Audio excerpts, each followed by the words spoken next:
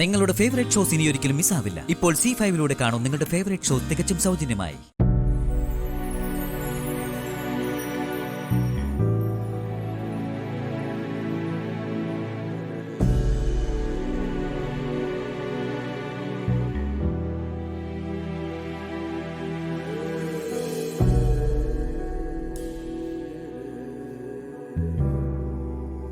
ആരാ? ലച്ചു എന്താ ഈ പറയുന്നേ?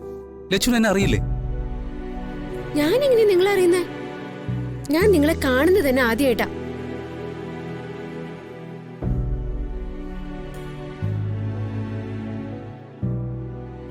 അതെന്ത് പറച്ചില്ല? നിന്നെ അന്വേഷിച്ചല്ലേ അയാൾ വന്നിരിക്കുന്നേ. സത്യമായിട്ട് എനിക്ക് ഇയാളെ അറിയില്ല അപ്പച്ചി. എന്താ നിങ്ങളുടെ പേര്? സഞ്ജയ്.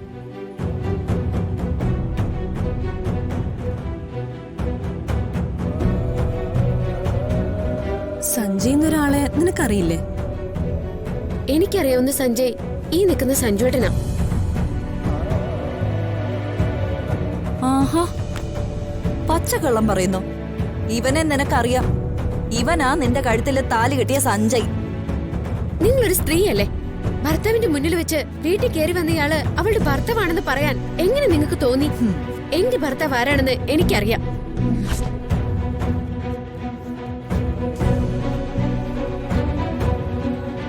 മുഴുവൻ നാട്ടുകാരുടെ മുന്നിൽ വെച്ചാ എന്റെ ഭർത്താവ് എന്റെ കഴുത്തില് ഈ താലി കെട്ടിയത്.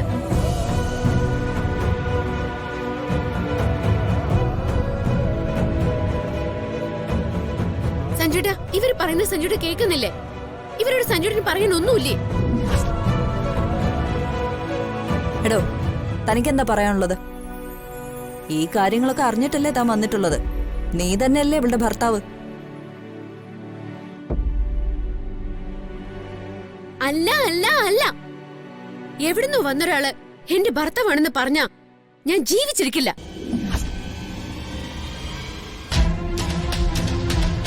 ഇതിലെന്തോ ചതിയുണ്ട് സഞ്ജുവേട്ടാ. എന്നെ വീട്ടിൽ നിന്ന് ഇറക്കി വിടാനാ സഞ്ജുവേട്ടന്റെ അപ്പച്ചി ഈ നാടകം കളിക്കുന്ന. ഇയാളെ കൊണ്ടുവന്നത് സഞ്ജുവേട്ടന്റെ അപ്പച്ചിയാ. അതൊന്ന് മനസ്സിലാക്ക സഞ്ജുവേട്ടാ.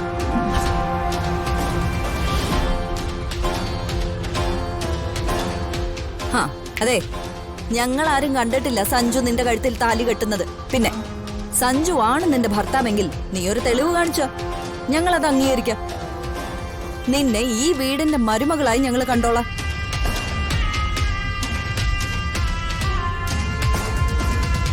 വിവാഹ ഫോട്ടോ ഉണ്ടോ നിന്റെ കയ്യില്?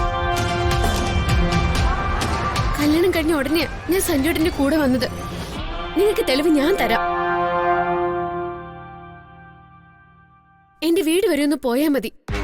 കല്യാണത്തിനെടുത്ത ഫോട്ടോ വീട്ടിലുണ്ട്.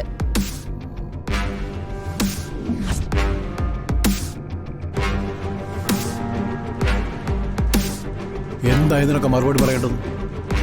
എന്ത് തെളിവായി എനിക്ക് കിട്ടാൻ പോകുന്നത്? നിങ്ങളൊന്ന് നിർത്തും. സഞ്ജുട്ടൻ പറയുന്നതിനപ്പുറം എന്താ ഉള്ളത്? സഞ്ജുട്ടന്റെ ഭാര്യയല്ലേ ഞാൻ. സ്വന്തം ഭാര്യയിൽ അവകാശം പറഞ്ഞ് വേറൊരാൾ വന്നാ കേട്ട് നിൽക്കാണോ വേണ്ടത്? അവൻ നിന്റെ ഭർത്താവല്ല എന്നത് തന്നെ അതിന് കാരണം.